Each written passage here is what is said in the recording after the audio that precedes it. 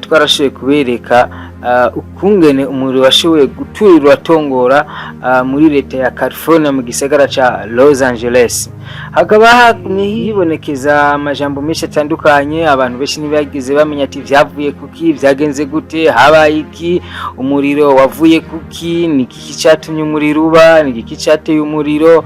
Ubwo n'abahinga vyarabasize imyikomo myinshi, harabaye kuzubara kwa leta, kuzubara kw'abajejwe kuzimya umuriro, guverineri w'intara ya California, n'ibintu byinshi bitandukanye. Ariko uyu munsi tugatubaha amakuru nyezi nayo icyatumye umuriro waduka mu gisagara ca California, vyagenze gute, habaye iki, vyavuye kuki, ni imyuka mibi, imyuka ya sekibi, ni Imana, kuzubara nabaturiye gushika uyu munsi ntarashobora kubonekana neza amakuru uyu waturiye canke icumuriro wavuye ko biracasize ubwenge. N'uyu munsi ntibaratora neza exactly umuriro waduse i Los Angeles wavuye kuki. Nitero tugira tucege no hino tuganire nga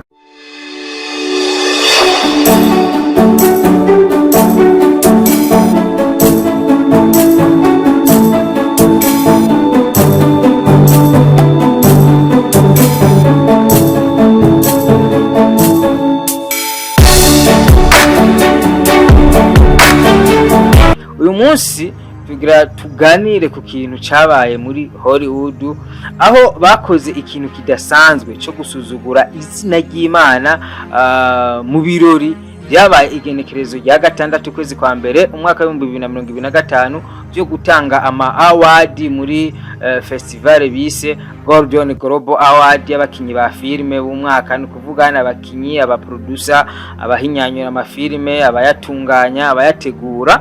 Ni birori bihora biba buri mwaka. Rero itariki 6 z'ukwezi kwa mbere niho ivyo birori byashoboye kuba kugira ngo base gutanga ugushimwe canke ama award kuba hinyanyuye amareresi neza canke kubashoboye kuba bambere gusumba abandi.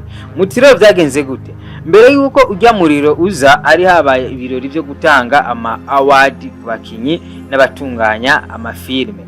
Umuriro waduse hari haheze amasamvye birori bibaye, hakaba havuzwe ibintu byo gusuzugura izina ry'Imana. Naho i Los Angeles muri California benshi basanzwe batemera Imana, ariko hari kuri iyi ncuro ho bararengeje urugero, kuko ibintu bakoreye canke ibintu bavuze muri ivyo birori birateye ubwoba, birasiga n'ubwenge. Tugiye kuraba amajambo yavuzwe yo gutuka Imana, twibaze n'impamvu muri Hollywood banka ubukristo. Kubera iki buri gihe hacokogwa canke bagerageza kuminimiza canke gushira hasi ibintu by'ubukristo canke ibintu bivuga izina rya Yesu Kristo, canke bakora amafilme yo kugwanya amashengero yemera Yesu Kristo. Kuko higeze kubaho filme imwe ivuga ivy'umwami Yesu Kristo, ariko iyo filme yaciye ihagarikwa ku mastudio yose yo muri Hollywood, nta namwe yasubiye kwerekanwa. Ikintu bemerewe gutuka ni vya Kristo vyonyene. Hari abastari benshi babonye ukuntu bagwanya ubukristo birabacanga, baca babijamo kubera ico nyene. Kuko baravuze ati kubera iki abantu bagwanya ibi bintu, ariko hari abavuze ati kuba bagwanya ubukristo muri Hollywood, noneho rero jewe ngira nje muri iki kintu nyene bagwanya. Hari ku munsi wa Mungu igenekerezo rya 3 kwezi kwa mbere umwaka wa 2025 niho muri Beverly Hills, nico gisagara kiberamwo ibirori bitandukanye, ni naco gisagara kibamwo abastari benshi batandukanye n'abagwizatunga batandukanye, aho muri Los Angeles muri quartier yitwa Beverly Hills no habereye ivyo birori ku ncuro ya 82. Ndabibutsa yuko ni birori bise Golden Globe Award, kuvuga batanga ama award ku bakinyi baba bashoboye kwifatamwe neza mu byo gukina filime. Ivyo birori bikaba byatangwe mu mwaka w'1944 hamwe n'1945. Golden Globe Award biba babiha abakinyi abakina amafilme, abategura amafilme, habahaje abatandukanye, abakinyi, abahinyanyuzi, abandisi b'amareresi, abafana bose baba bahishikiye, n'abafana baje kuraba bande basinze, ni bande bahawe ayo ma award. Hari umuhost cyangwa umuhemusi cyangwa moderateri kuko yari umukobwa, urumva umuriro waje gutangura kwaka haheze amasaha 48 ivyo birori bibaye. Uwo muhost cyangwa muhemusi bari batoye ngo ahagararire ivyo birori, ni kuvuga ni bajya baryoshya ibirori muje bafise amajambo. Ivyo birori akaba ari n'umukomedie yitwa Nikki Grace akina na series zitandukanye, ni umukomedie asanzwe akina n'amafilme, ni kuvuga nizijya filme z'amaseri cyangwa ama season. Ikirori cyaratanguye batanga award, hari ukuntu batanga award bakitwa ko ari igice ca mbere, ni kuvuga igice ca mbere cyarabanje kirahera, hasigara igice ca kabiri, hagacamwo abatsiramisha abari muri ivyo birori, hama hagaca haba ikindi gice cha kabiri gikurikira. Award za mbere batanze hari ku bakinyi ba filme n'abandi batandukanye, aba director, aba filmmakers, abakinyi, buri musare bahamagara bakamuha igikombe canke award. Yarabanza agafata ijambo agashimira abakinyi bafashije, ni kuvuga aravuga ati ndashimiye abakinyi bamfashije gukina filme, ndashimiye mu director wanje, ndashimiye abampaye ubufasha ubu n'ubu, ndashimiye timu yanje, ndashimiye house production ashoboye kumfasha gutegura iyi filme. Agaca yigira kwicara, bose niko bavuga, ni kuvuga umwe wese yaragira ico ashimiye, no kuvuga mu byamufashije kugira ashike kuri iyo ntambwe yo kuronka award canke ndashimira abo twakinanye, ndashimira abafana banje. Agaca agenda kuyicarira kuko yabahejeje ijambo, nabazavuga ati ndashimiye wafashije muri ubu buryo, ndashimiye ukunuko. Murabona iyo warose award utegerezwa kugira ikintu shima nyene cyaguhaye, ni kuvuga ububasha canke umuntu wese yagize ico yunganira kuri ico kintu cyo kuri ako gahembo cyo kuri iyo award uba urose. Urabona umusare hari igihe bamuha igikombe agashimira abari ku mutima. Hari n'abasare bavuga ati ndashimira Imana, jisi na karuru ntanze cyari umusare ashaka kuvuga ati ndashimira Imana yafashije nk'abasinze. Ariko hari abeshi ivyo ntavyo bakora, hari beshi bagiye bahura n'ibibazo kuko baravuga ngo ndashimira Satani, kuko muri bya bigo vya Amerika umuntu kuvuga ati ndashimira Satani kandi yamfashije iki ni ikintu gitoya cyane gisanzwe, kubera nabo basanzwe bakorera. Urumva kuvuga ati ndashimira Satani ibi nabigeze kubera Satani, byagiye biribonekeza keshi aho bavuga ati ndashimira Satani kubera yaramfashije nkagera hashe nkaronka iki. Bimaze kugenda uko niho igice ca mbere cyarangira, hama asubira gufata ijambo, no kuvuga aragaruka kugira kabiri. Ndavuga wa mu host wa mu Nikki Grace yarahagarariye urubanza rw'izo award. Rero amajambo yavuze hari abari ko bakika ko arico cyatumye ujya muriro waduka i Los Angeles. Uwo mukobwa yaragarije ibirori yarashiye kuvuga amajambo aho yavuze ati igice ca mbere bisa naho tukirangije giheze, abantu bose bahawe award bavuze amajambo, ni kuvuga twika, mvuge mu Kinyarwanda twika canke amajambo arenze. Aho nyene acavuga ngo mbe ninde bashimiye cyane, ati mu bantu bose bahawe award ninde bashimiye cyane. Baca bashira kuri ekra berekana abo barose ama award ninde bashimiye cyane yabafashije. Umviriza. 11 mentions. Moms are holding strong with 3 shout-outs. God, creator of the universe, 0 mentions. And Mario Lopez, host of Access Hollywood, 1. Wumve Nikki Grace yabandanije araba kuri ekra n'abastari bahawe ama award n'aba director, abatunzi bakomeye ku isi bafite amafaranga yabo. Bose baravye kuri ekara babandanya kuraba amajwi.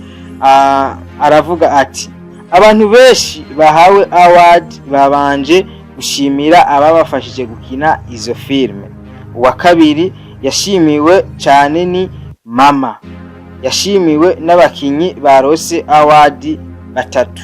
Ni kuvuga ni bimwe uwasinze afise award avuga ati ndashimiye mama canke umukinyi wari wo wose, hamwe usanga bavuga ati ndashimira mama yamvyaye akandera abangeze kuri ibi byose. Aya ni majambo adasanzwe yavuze, umviriza. God, creator of the universe, zero mentions. And Mario Lopez, host of Access Hollywood, 1. All right. Visa ku gatwengo kuko baciye batwenga nkaho umenga ibintu avuze barabishigikiye, kuko nta numwe yashiye guhaguruka canke avuge ati oya uramenje ivyo bintu uvuze sivyo. Murumva yuko biteye isoni, kuko yavuze ngo noneho icitwa Imana umuremyi w'isi ngo yo yarose zero, ngo nta muntu numwe yanigeze ayivugako. No surprise in this godless town.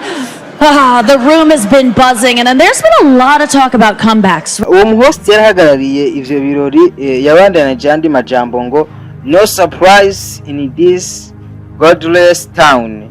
Nubundi nta gitangaje muri iki gisagara kitagira Imana canke muri iki gisagara kitemera Imana canke kitizera Imana. Ni kuvuga yarashoboye ni kwa kuminimiza nababwiye, yavuga ati yarashoboye gushira hasi izina ry'Imana canke ububasha bw'Imana. Yavuze ko ata muntu numwe yashoboye gushimira Imana. Ni kuvuga turese uwo mukobwa yashoboye kuvuga iryo jambo, nje ndavuga yuko nabajya abantu bari baruse izo award ata numwe yashoboye kuvuga izina ry'Imana. Rero ashaka kwibaza ati bigenda gute umwana w'umuntu agakora ibintu ariko mu bintu akoze byose ntigere yumva yuko ivyo akoze ari mu bubasha bw'Imana canke hari mu bushobozi bw'Imana. Mbega hatari mu bushobozi bw'Imana abari mu bushobozi bwande? Yaremeje neza ko ari gisagara kitarimo Imana. Ico gisagara yavuze nico Los Angeles, gifise n'izina ry'abamarayika. Urashaka kwibaza rero ico gisagara uburyo gifise izina ry'abamarayika ariko akaba abantu bashaka gukora ibintu ntibumve bavuga izina ry'Imana, ahubwo bakavuga yuko Imana ifise zero muri ico gisagara. Tugiye kubizera muri Bibiliya mu gitabo Bibiliya yera mu isezerano rya kera Itanguriro 18:20 haravuga ati maze Uhoraho aravuga ati induru ziri Sodomu ni Gomora kwari nyinshi kandi ivyaha vyaho bikaba vyabaye ikirenga. Turabandanya kandi kubizera Bibiliya, twiyambaze Bibiliya gato Itanguriro 19:24 Uhoraho atiburira kuri Sodomu na Gomora umuriro n'amazuku bivuye kuri we mwijuru. Aha ndavuga imirongo kugira uza kumva yumve, tuza kugira ico kivuze ko mu nyuma mu isezerano rya kera no mu isezerano rishasha naho muri ni kuvuga Petero wa kabiri 2:6 kandi ibisagara by'Isodomu ni Gomora ko yabiciriye ko iteka ryo gukomvomvogwa ikabigira umunyota ikabishiraho kuba akabarore kabazogenda batubaha. Ni kuvuga murumva yuko nashatse kuvuga ati kuko ibi bintu si mbere bibaye ni Sodomu ni Gomora byarabaye, aho umuriro waturiye uratongora ivyo bisagara bibiri bivuye ko abantu bari babirimo batubaha Imana canke atabubasha bw'Imana babona buri mu byo bakora canke mu byo bavuga canke mu byo babayeho. Turabana dusoma muri Yuda wa mbere 7 havuga ati kandi n'abantu b'Isodomu ni Gomora bo mu bisagara byari bihereranye naho kuko bitanze bakiha ubusambanyi nk'ababandi n'ukwendana uko imibiri itaremewe. Ivyo bisagara byashiriweho kuba akabarore bibabazwa n'igihano cy'umuriro utazima. Murumva yuko si bwa mbere ivyo bintu bibaye. Twiyambaje Bibiliya Isodomu ni Gomora mumva ko harahiye haratokombera, kandi bakavuga yuko hahiye kubera kumbura ubwo bwoko bwari buhari butemera Imana canke atabubasha bw'Imana bwemera. Umuriro waraturi uratongora igisagara cyonyene, hasigara abagororotsi gusa Imana yemera. Tukabiza yuko n'abakora baravuga yuko hari inzu zitashoboye gusha hariya i Los Angeles, ari inzu yasigaye itahiye. Ikindi kandi nuko Bibiliya zera bavuga yuko zitigeze zisha, basanga ikiri uko yari imeze kandi haciye umuriro. Ikindi gihe cyo kuri Nowa abantu ntibemera Imana, niko byari bimeze n'uri umunsi, kugira abantu nashoboye guhagarara mu bantu imbere y'ibimenyesha makuru amakamera atangariza isi neza yuko Imana ishaka kuronka zero mu bintu, mu gihe tuzi neza yuko Imana ari umuremyi w'isi. Ko nawe ujya mukobwa Nicky Grace arivugiye ati umuremyi w'isi, ni kuvuga naho yashiye kuvuga yuko Imana yarose zero, ariko ako kajambo ko nyene yarakavuze ati umuremyi w'isi. None n'uyu mugore yaravuze bari mu muji utemera Imana, ni nawo muji inyuma y'amasaha 48 waje kwadukamo umuriro. N'ubu nyene umuriro bavuga yuko utarazima, kandi batabona ati by'ukuri umuriro ushaka kuzima gute, kuko abahinga byabasize byabacanze n'ubu ntibaratura neza ivyari byo. Turabandanya kandi twiyambaza kumbure ijambo ry'Imana, kuko ibiri kwisi byose byaremwe n'Imana. Nayo mpamvu ukazobona ibintu ubwenge bwawe budashaka kumva cyo gutahura, ivyo bizoba bikurengeyewe nk'umwana w'umuntu. Ikindi kandi nuko turiko turaraba abagiye barakora Imana mu jisho, cyangwa bagiye baravuga ibintu mu nyuma bigakwega ibara ku isi. Kwa makuru avuga yuko n'ubwacu bwa Titanic kugira burinde bugwa muri ocean, bavuga yuko ujya mugabo yari yabukoze, yavuze ati ndakoze ubwato n'Imana itonyiganza canke itogira iki bukorako. Nukuvuga ko bwafashe ubwato bwafashe urugendo rwa mbere ntibwashitse, bwateye bugwa mu mazi. Nukuvuga twiyambaje Abigalatiya 6:7 kugira twumve neza by'ukuri amajambo uyu mukobwa yavuze, hoba harabayemo gusuzugura Imana. Imbe iyo usuzuguye Imana biraheza bikagenda gute, canke iyo ukize izina ry'Imana hasi biraheza bikagenda gute? Mu Bigalatiya 6:7 haravuga ati ntimuzimire, Imana nayo nticokogwa, kuko icyo umuntu abiba cyose arico azokwimbura. Rero urumva neza yuko uri kurumva haravuze ati Imana nticokogwa. Iryo ni ijambo ry'Imana riri muri Bibiliya yera, Imana nticokogwa.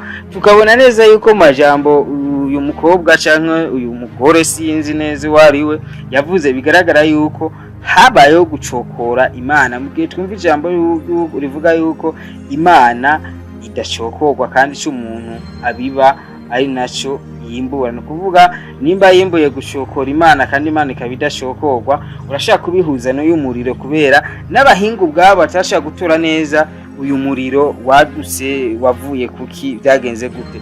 Dusubiye kwiyambaza kandi muri Yesaya 48:11 kubwanje, mbere kubwanje nyene nzobikora, niki cotuma izina ryanje rikengerwa, kandi icyubahiro canje sinzogiha uwundi. Na hano umva neza yuko Imana ivuga ati nigiki cotuma izina ryanje rikengerwa. Ni kuvuga twababwiye yuko mu vyagaragaye neza, hagaragaye neza ko habaye gukengera izina ry'Imana. Abantu zibeshi bari bahanuye bavuga neza yuko hari umuriro uzoba i California. Ni kuvuga avuga yuko kuva mwaka wa 2020 hari abahanuzi atari bake bari bagiye barahanura ivy'umuriro uzoba California. Hari wari yabivuze 2020 ahanura ko azoba ari nk'icirore gishizweho ngo ababa California birimbure. Undi muhanuzi umwaka wa 2022 yari yahanuye ko California izokwadukamwo umuriro, kandi uwo muriro cyane cyane azokwizizira agace kabamwo abasitani. Kuvuga uwo muriro cyane cyane uzofata cyane mu gace gasanzwe kabamwo abasitani. Ndavuga babandi nyene bahinyanyura amafilime n'abayakina n'abayatunganya bose, canke n'abaririmbyi muri rusange. Abantu zirashika kuri 5 bose bari bahanuye ico kintu c'umuriro wo muri California. Mary Gibson yavuze ingaruka mbi yagize ateguye filime ya Yesu. Ni kuvuga utamanya tuvuga ati kubera iki kiya gisagara kitemera Yesu. Uyu Mary Gibson ni umwe mu bashoboye gutegura ijya filime ya Yesu, filime yitwa imibabaro ya Yesu Kristo. Niwe rero yaciye avuga yuko ni kuvuga ibindi ko ndabihuza na shaka ikintu cyo kuvuga ati kumbure ni kubera iki gisagara kigwanya izina rya Yesu Kristo. N'uyu Mary Gibson yavuze ingaruka mbi yagiye aragira kuba yarashoboye gufata ingingo yo gutegura filime ya Yesu, aho yavuze ingorane ugira iyo ukoze filime ivuga ku bwami bwa Yesu Kristo, ariko iyo ukora filime zituka canke zishira hasi iza Yesu Kristo, aho niho bagushigikira. Yakoze filime yitwa The Passion of Christ, ni kuvuga imibabaro ya Yesu Kristo, ni kuvuga imibabaro Yesu yagize ku musaraba canke yahuye navyo. Uwitwa Jim yakinye ari Yesu, nujya mubona yakinye filime nyene ari Yesu muri iyo filime The Passion of Christ, byatumye asubira inyuma cyane, ntibasubira kumuha akazi ko gukina muri Hollywood. Ni kuvuga ntibasubiye kumwizera ngo bamuhe kuzarakina amafilme. Rero uyu Mary Gibson akiyandika yayitwaye mu masudio atandukanye muri Hollywood, bakamwirukana bakavuga ko badashobora gusponsoriza filme ivugamo ibintu vya Yesu Kristo. Iyi filime The Passion of Christ yashoboye kwinjiza amafaranga atari make, kuko yavuye afata ingingo yo kuyikorera aho bwiwe, avuga ati iyi filime jewe ndabuze support yo kugira ikorerwe muri izi studio za Hollywood, ariko jewe ubwanje ngira nitange ndayikore kuko baravyansa, ariko ntegerezwa kwerekana Yesu Kristo n'igiki cyatumye twitangira imibabaro yagize. Rero iyi filime yashoboye kwinjiza imiliyaride amajana 600 z'amadolari, niyo mahera filime yinjije kuko yaramenyekanye ku isi, abantu barayikunda. Hariho abo byababaje cyane kuba filime nk'iyo ivuga ivya Yesu Kristo ishoboye kumenyekana mu gihe bari basi kuyikora, habura n'uwisapotinga, habura n'uwo yishiramo uburyo, ariko hakaba yarashe kuboneka uyu muntu ari yitanga aravuga ati je filime ndayikora koko byaranagoranye. Bavuga yuko inyuma yaho uyu Jim yashoboye gukina irya filime yatasubiye kuronka akazi ko kumukinisha mu zindi filime za Hollywood, ahubwo baciye bamukorora bamushira hasi. Bivuga nawe ubwo bavuga ko byo byaramuzaniye uruhombo runini rukabije, kuko atasubiye kuba mbasha guhabwa akazi ko gukina amareresi muri Hollywood. Ubu tuvugana haramaze gusha amazu arenga ibihumbi 17, abantu bamaze gufa bagera kuri 24. Ivyahombye navyo ni byinshi cyane mu buryo butandukanye, abakuwe mu vyabo nabo bagera ku majana 310. Haramaze gufungwa ukekwa gutegura uwo muriro, ariko nabo bavuga ko ari wateye uwo muriro. Nta makuru yizewe neza yemeza neza yuko uwo muntu yafunzwe ari wateye umuriro, kuko ejo ariko avuga amakuru yuko mbere ashobora kurekurwa kubera iperereza ntigerekana neza yuko vy'ukuri uwo muriro uwo muntu yafunzwe ariwo yawuteye.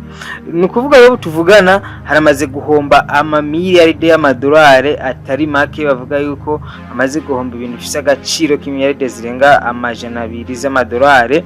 Hari amakuru avuga ko umuyaga ubandanya wiyongera gushika ku wa 4, niko abahinga ariko baravuga, kuko uzoba uri kuri kilometero 95 ku isaha imwe. Leta 8 zatanze ubufasha, harimo na Canada.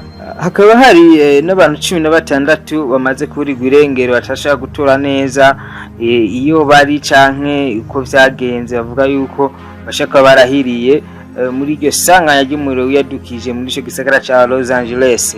Leta iriko ikora iperereza ku bandi bapfuye bataramenyekana, kuko nuwabonetse ko yapfuye bashobora gukora DNA yiwe canke ni kuvuga uburyo bwa ADN canke fingerprint kugira bashe kumenya neza ivyari byo canke ababuzemwo umuriro. Abantu baracasanzaye, nta kuri kuraboneka neza kugira ngo bashe gutora neza ati ibimaze kononekara binganuku, ivyahiye binganuku. Baracagereranya n'abantu bapfiriye muri iryo sanganya ry'umuriro wadutse muri ico gisagara, ntibarashobora kuboneka neza, ibitigire ntibirashobora kuboneka neza.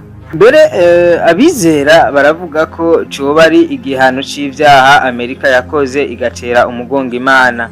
Biden yahumurije abantu ababwira ko bari kumwe, ariko bakora ubushoboka byose kugira ngo ibintu bije mu buryo, ariko akaba yatangiye kuyadukiza ubusuma bwinshi butandukanye, aho hari abantu biyambika impuzu bigize nk'abarya bazimya umuriro, kumbe bariko bashaka gusahura.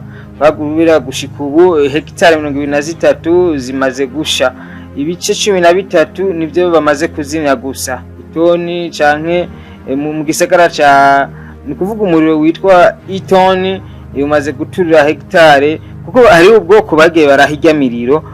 Rero ubwoko bwitwa itoni bamaze gusha hegitare. Uwo muriro w'ubwoko bwa itoni hegitare 2023 ziramaze gusha, ibice 13 nivyo bamaze kuzimya gusa. Umuriro bitwa itoni kuko ujya muriro hari ukuntu bagiye barawuha amazina, ubwoko bwawo canke umugwi uwo muriro umaze gutura hegitare 14 bamaze kuzimya ibice 27 kwijana. Murumva ko ari ibice bitoya cyane, ni kuvuga umuriro acarimwo.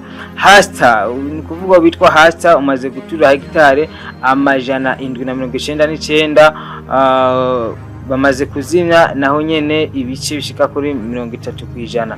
Ku munsi wa Mungu abategekanya abantu kuvuga bajya barabya ivyigihe, bavuga yuko amafaranga yahombye arenga hagati y'imiliyaridi 250 n'imiliyaridi 275 z'amadolari y'abanyamerika. Bafise ubwoba bwo gusubira inyuma mu ngo zabo kuko haracagaragara uruhombo rukabije. Rero ni ibintu biteye ubwoba cyane, bandanya bavuga ati bigiye kugenda gute katacizere tubona yuko uyu muriro ugira uhere canke ugira uzime, kubera abahinga bose babuze ivyari byo.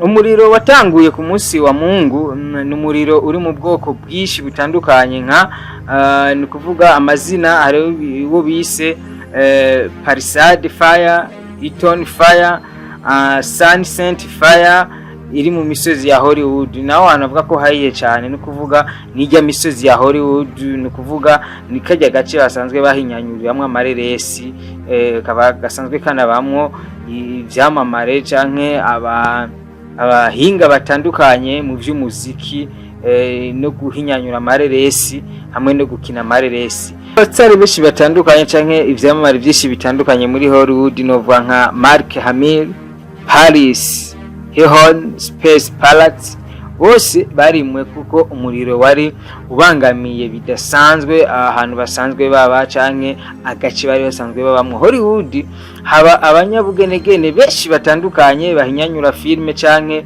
umuziki, na Fox niho isanzwe ikorana. Kuvuga Fox ni maison de production isanzwe ihinyanyura amareresi, akaba ari n'ikimenyesha makuru gikomeye cyane. Fox magazine ikunda gukora ku nkuru z'ivy'ubutunzi. Abantu 150 byatumye batagira umuyaga nkuba kubera iryo sanganya ry'umuriro. Bavuga ko hoba hari umuntu umwe yoba yatumye ivyo byose biba, uwo muntu arafunzwe naho bitaremeza neza. Biragoye kuyumvisha ukuntu umuriro w'ubwoko butatu wakoraniye mu gace kamwe gaturira ugatongora igisagara. Bavuga ko bategerezwa gukora iperereza rikomeye kuwakoze ico caha, wakoze ico caha kibishe gose, mbere yozoca acirirwa igihano cyo gupfa hamwe ico caha cyo mwagira vy'ukuri. Ariko rero uwo muriro wakomeje mu buryo budasanzwe canke ingufu zawo ziterwa n'umuyaga, kuko naho bagerageza kuzimya n'ubundi birangira umuyaga usubiye ukagurura ugasubira ugaturira ahandi hantu. Ikibazo cyo kwibaza none ko waheze amezi 10 atagwa imvura atanima ikoroka, kuko bavuga yuko muri ico gisagara ca Los Angeles hoba hari haheze amezi 10 atanima ry'amazi ikoroka aho hantu. Kuvuga nta mvura imaze iminsi igwa aho hantu amezi 10 yaraheze. Cego nashaka kwibaza ati uwo muyaga wo ko bavuga ati n'umuntu yaturiye aho hantu, ni wowe bategeka uwo muyaga ukanaguruka kugira kumburuguru uwo muyaga mu tundi duce. Ni ibintu bibandanya gusiga abanyabwenge b'isi canke abanyabwenge b'ikirere, biriko birabasigana ariko baratora ivyari byo, kuko gushika ubu ndiko ndavuga umuriro urakomeje. Ni kuvuga abantu 14 bariko bagerageza gufasha kuzimya indege 84, moteri 1354 nivyo bintu biriko bigarageza kuzimya umuriro kugira uhagarare, naho bikigoranya atana kimwe kirashoboka, ariko barabandanya baca hirya no hino kugira ngo barabe yuko kumbura ico kibazo cova mu nzira. Abantu bagera ku 145 ntibarasubira mu vyabo, biracagoranye. 87 bitegura gushobora kwimurwa umwanya n'umwanya. Diana Kriyama arongoye ikigo kijejwe gucungera ibiza avuga ko hari cizere ko umuriro uzozima naho bitoroshe, ariko arahumuriza abantu atanga n'icizere yuko umwanya n'umwanya umuriro bashaka kuwuzimya. Parsade wo ufise inguvu kuko umaze guturira hegitare zishika kuri 17. CNN yagerageje kwegeranya ivyegeranyo bitandukanye ku vyateye ico ciza c'umuriro. Rero ngo inzego za leta, ikirere, ibura ry'amazi, umuvuduko mukeya mu vy'ukuzimya biri mu vyateye iryo sanganya kugira ngo umuriro ubandanye wiyongera. Ivyo bivugwa na CNN. Ice cyane bariko bagiriza cyane yuko indongozi canke bamwe mu bajejwe gutunganya igisagara canke bajejwe kuzimya boba bari inyuma yo kugira uyu muriro ubandanye urandagata ibindi bisagara.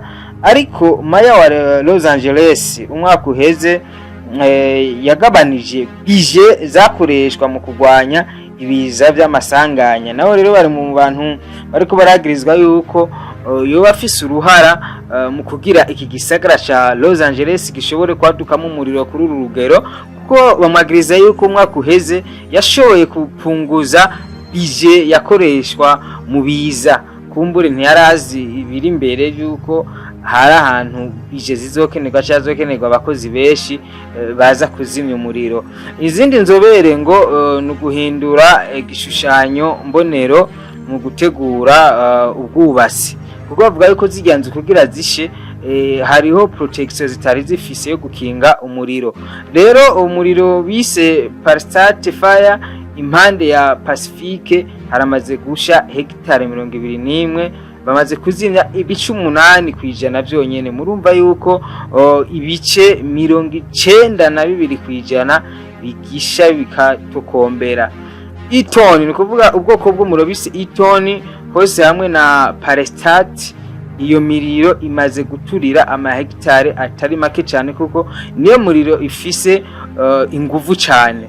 Hollywood ni kuvuga Boholina TCL y'Ubushinwa hamwe na hegitare 43 nizo zimaze gucana cyane. Ni kuvuga muri Hollywood ako gace bitwa Boholina TCL ni kuvuga y'Ubushinwa niho hantu cyane hamaze gusha gose, kuko aho honye muri ibyo bice bibiri hamaze gusha hegitare 43.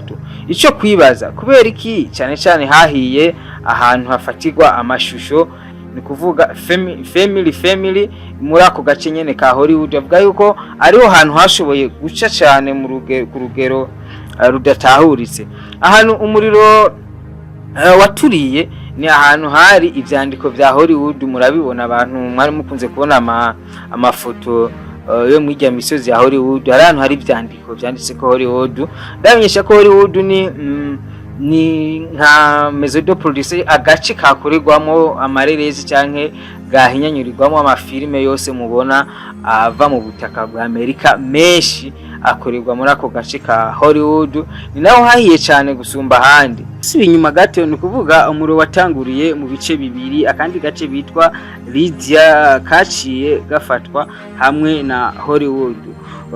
Kilometero kare 400 zimaze gushiku. Indege zibandanya zigerageza kuzimya naho bitoroshe, kuko zikoresha umucanga, kuko indege ntiziriko ziroroherwa kuko umwosi ni mwinshi cyane.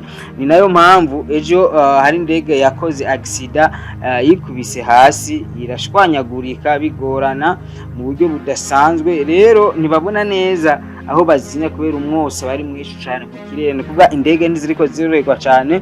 Ibihumbi 92 nibo bamaze gukugwa mu ngo zabo. Iyo bazimije ahantu naho nyene umuyaga urashobora gusubira inyuma ugasubira guturira kandi ni ukuvuga ahantu hagasubira kwaka bushasha, ni ukuvuga ntihasha neza, hari utuntu tuba dusigaye bagira uko bakabona, kandi umuriro urasubiye kuyadukiza kandi uradutse kubera ha hantu hari utuntu tuba twasigaye, ujya muriro urasubira ugahuhereza rwose ugasubira ugaturira. kandi ni ukuvuga Pacifique Palestis bamaze kuzimya, ni ukuvuga agace ka Pacifique Palestis bamaze kuzimya ibice 15%. Haracari mwumva ko hakiri urugendo runini, ibice 33%, akandi gace kagira kabiri 24 nibo bamaze kumenyekana ko bapfuye, 16 baburiwe irengero ntibaratora neza ivyari ivyo. ni ukuvuga amazu 16,500 aramaze gusha agatokombera. ni ukuvuga ayaza gusha uno munsi ntarimwe kubera gushika uyu munsi umuriro nturazima. Netflix hamwe na NBC Universal batanze imiliyoni 20 z'amadolari bamaze gutanga kugira ngo barabe ko bofasha kuzimya. ni ukuvuga muri Beyonce yatanze imiliyaride 2.5 kugira ngo bashobore gufasha kugira ngo umuriro uzimye. Rero naho biruko bavuga ko hari ubusuma bwatanguye kwibonekeza, ubusuma n'ubusuma bw'abantu bambara impuzu zisa n'izabazimya ariko bagaca bikika mukiza cyo kwiba no gusahura ibintu bitandukanye. ni ukuvuga hari award bahora batanga yitwa, ni ukuvuga n'izindi award kandi atari za zindi za Golden Global Award, n'izindi award bitwa Oscar bahora batanga ku bakinyenyene b'amareresi, ariko ni ukuvuga ku bakinyamaresi bakina amafilme film nomination ntizigikozwe, bavyegeje imbere cyane gose. Rero iki gisagara cha Los Angeles ni kuvuga ni gisagara bari bitiriye City of Angels, ni umuji wa marayika, ariko ibiberamo ntibihuye n'iryo zina. Fernando Valley kaminuza ya California bamaze kubwira abanyeshuri bitegure gutaha. Mexique yemeye gutanga ubufasha, Canada Zelensky wa Ukraine nawe yemeye gutanga indege n'abasore baza gutabara, ni kuvuga baza kuzimya. ni kuvuga rero ibindi bintu biriko birasiga abantu. hari series yitwa Simpson, ni series ya cartoon, ni kuvuga ni filime za DC anime, haranakunda kuvuga ngo ni filime z'abana. bavuga yuko iyo filime Simpson yagiye iracamo ibintu byinshi bitandukanye, n'ibyo by'umuriro byarimwo bari barabihanuye, ariko hari ibintu bimwe bimwe bagiye baragaragaza ko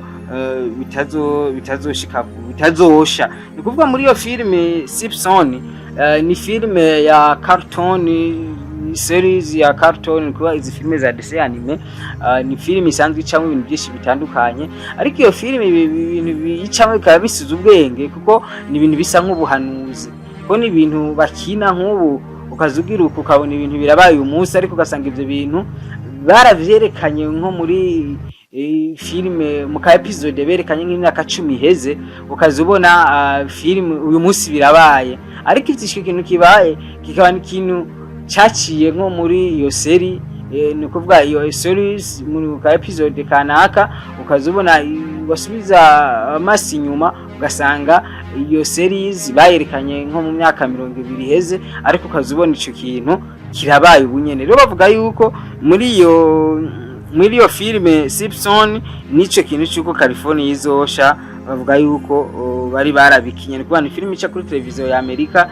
Rero abantu biriko birabasiga cyane kuko barerekanye, ariko barashaka berekana ko ari bitazosha, barerekana ko ari imitaka y'ubururu yoyo itazoshobora gusha. nuko nyene byagenze, kuko iyo mitaka yahajya ahantu usanga abantu batiramira ku mabarabara yigeze isha. Rero kuki iyo cartoon yari yarahanuwemwo ivyo bintu bizosha ibindi bigasigara, imiteka yari hanze ku ma restaurant yasigaye ntaco yabaye. ni kuvuga bihuye neza n'ibintu boba barerekanye muri iyo Simpson series. iyo cartoon series rero irimwo nibizoba inyuma y'amezi 6 ivyo bibaye. ni kuvuga irimwo ibintu bizoba ati inyuma y'amezi 6 uyu muriro umaze kwaduka muri California tihazoca hakurikira ibi nibi. ivyo navyo tuzobibabwira kuko tuzobandanya tugendereza neza kugira tumenye by'ukuri ibi bintu n'ibiki. Urumva ko bavuga yuko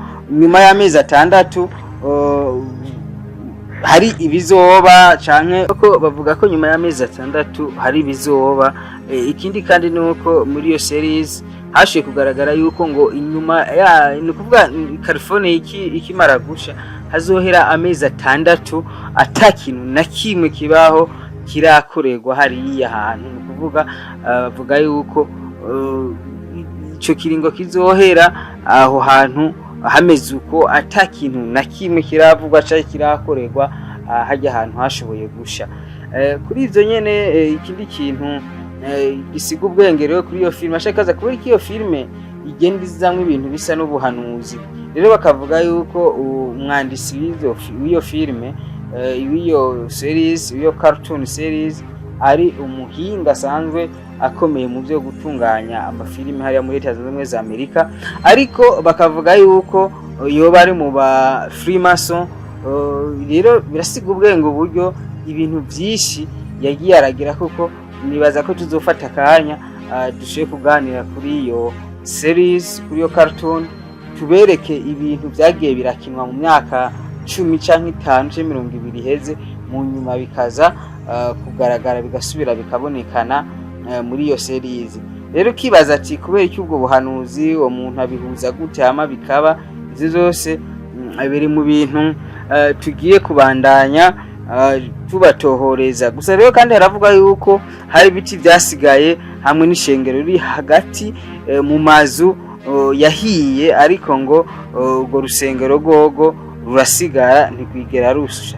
Ikindi gisiga ubwenge n'uburyo n'ukuntu hari ibiti bitahiye mu gihe hari imodoka zahiye zigatokombera. Hari navuga ko hari ibintu byakozwe na leta bakabikora n'ibigirankana kugira ngo bashire mu ngiro projet bari bafise yitwa 50 Minaz City, ariko ivyo byose biracaguranye gutahura canke kwemera, na cyane ko bitoroshe. Haravuga yuko hari n'ibitabo bya Bibiliya bagiye barasanga mwayo mazu bitigeze bisha na gato.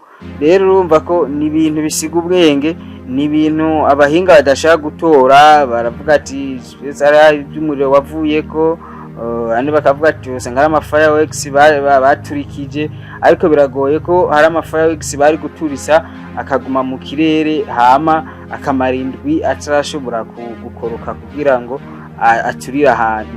Rero umva birasiga ubwenge, nta numwe ashaka gutora neza ivyo ari byo, nta nushaka gutora neza by'ukuri uyu muriro wavuye kuki. Rero mu byo twashijya nino ukagira ikindi ciyumviro wumva wovuga canke wogirishikirije kuri uyu muriro washe gutura igisagara ca Los Angeles, ugirice uvuze utwandikire muri comment igitekerezo cyawe ningira akamaro. Rero mugihe mwubahwe, ndabashimiye mwese mwafashe umwanya wo kunkurikirana. Imana ibahe umugisha. Ndabibutsa gukora subscribe nimba utarayikora kugira ngo tubandanye kugenda tuganira.